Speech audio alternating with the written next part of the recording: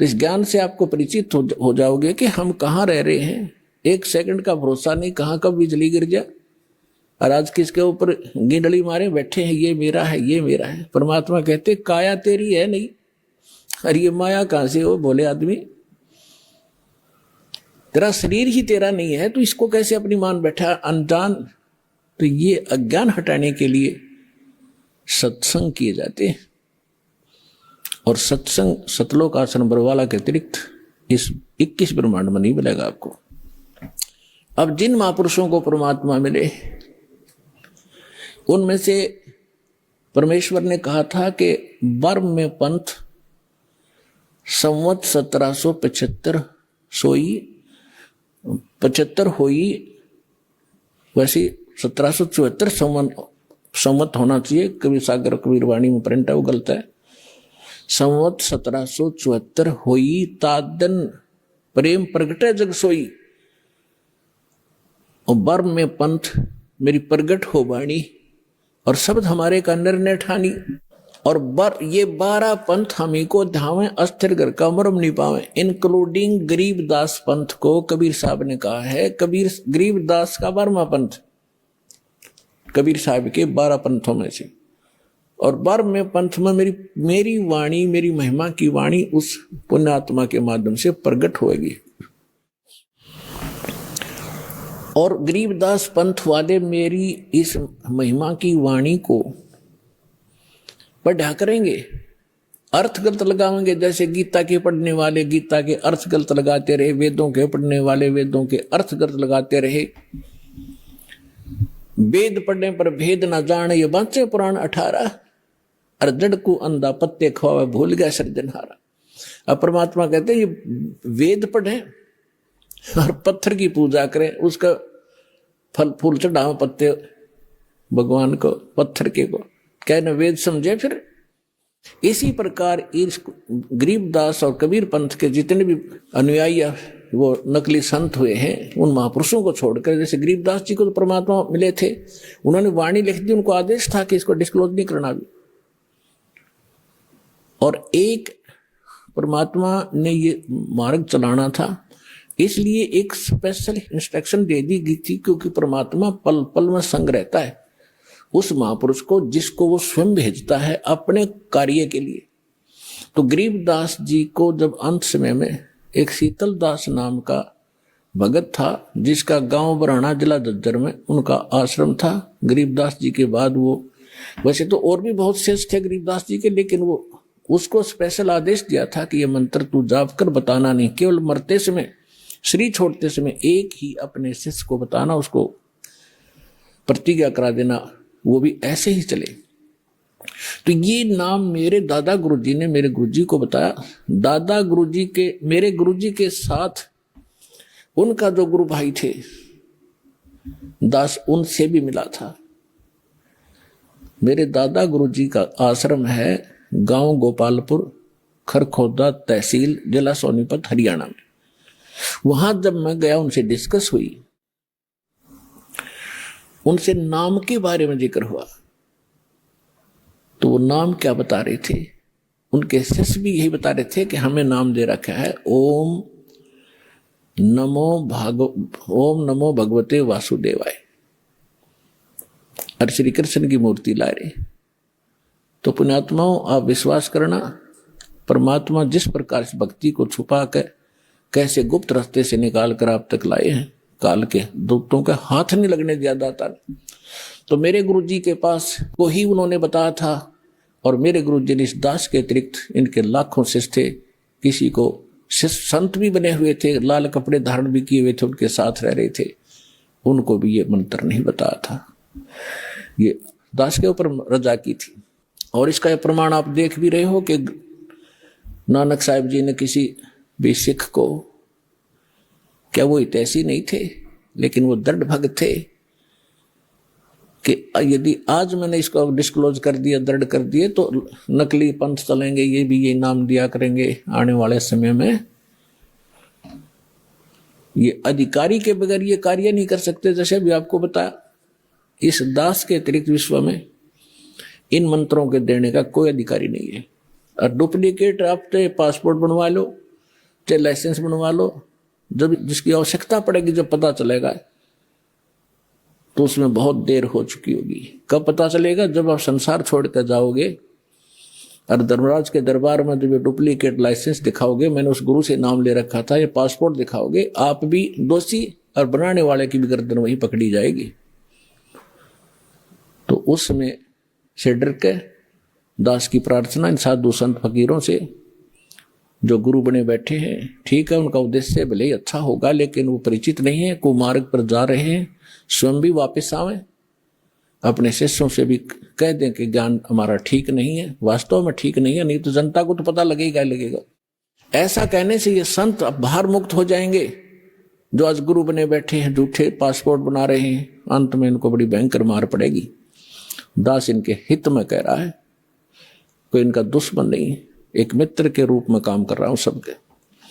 आज भले इनको क्योंकि अपने स्वार्थ से गलत लगता हो, जैसे गोरखनाथ जी को परमात्मा मिले थे, गोरखनाथ जी ये आजकल के तो कोई संत नहीं है जिनको हम संत माना करते थे। गोरखनाथ जी में इतनी शक्ति थी, एक पहाड़ को सोना बना दिया था अपने वचन से, सोना, सोने का, स्वर्ण, गोल्ड का, और अपने गुरु मच्छिंद्र नाथ उसका 100 फूंक दिया था, उसकी अस्थि इकट्ठी करके और उसको अपने वचन से शरीर बना दिया था, और वो आत्मा मच्छिंद्र नाथ की फिर उसमें प्रवेश कर दी थी, और फिर भी बोला हुआ था, फिर भी मोक्ष नहीं था उसका। अपने आत्माओं तब परमात्मा मिले थे उनको और कहा था कि गोरखनाथ में सभी का गुरु हुआ, सबका एकमात्र गुरु मैं हूं पूरे विश्व में। ये संत भाषा है क्योंकि ये पद्य भाग के अंदर अपने राग के अनुसार बोला जाता है। कहा कि गोरखनाथ में सबन का गुरु हुआ।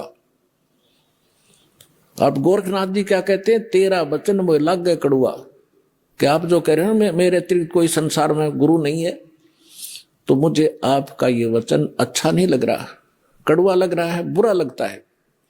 तो परमात्मा कहते हैं कड़ुआ लगे सो मीठा होई, हमरी बात पतीजे जोई, कि मेरे ज्ञान पर विश्वास कर लोगे, एक दिन ये जो कड़वा आज आपको लग रहा है एक दिन मीठा लगेगा।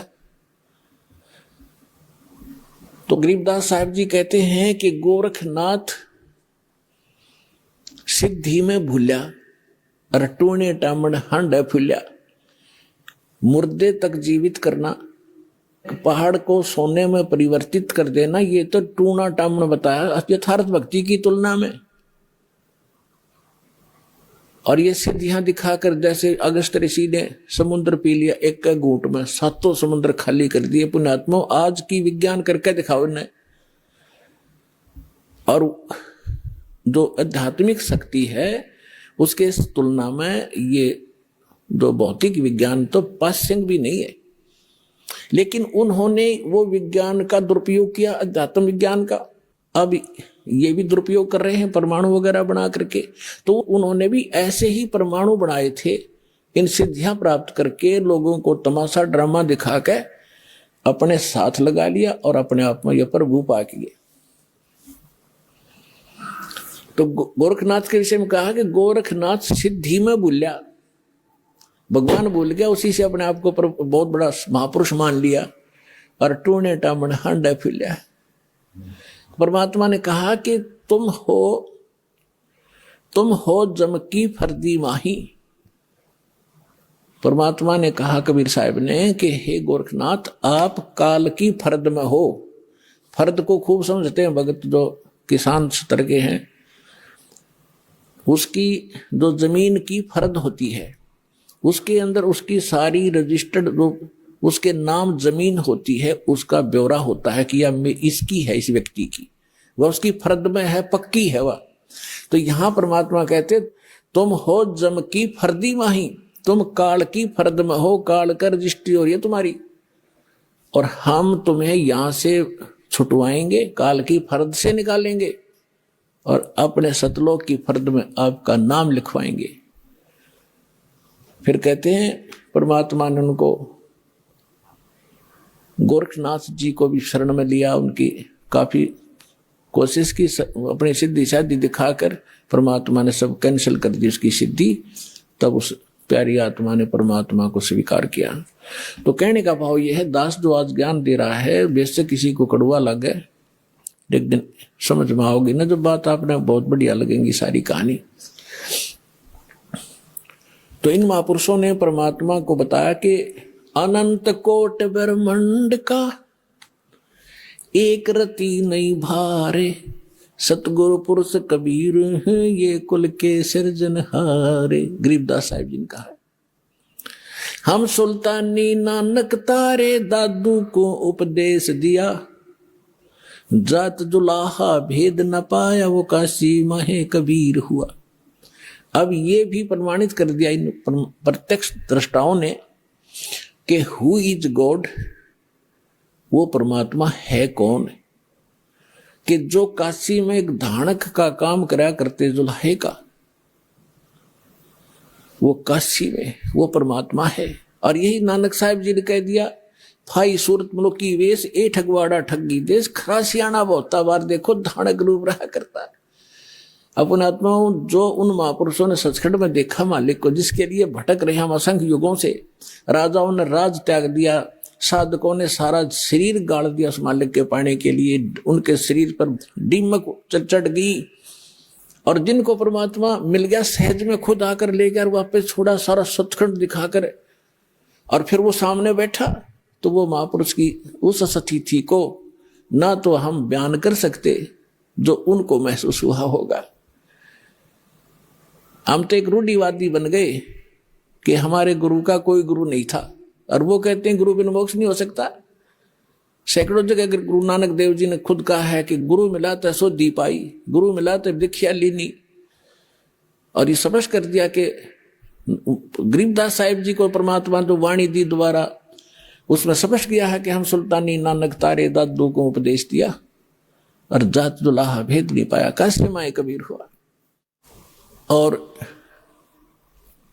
अब गरीबदास जी की वाणी आपको थोड़ी सुनाते हैं, उस परमात्मा के प्रत्यक्ष दृष्टा महापुरुष के मुख से निकली वाणी का ज्यादा असर होगा।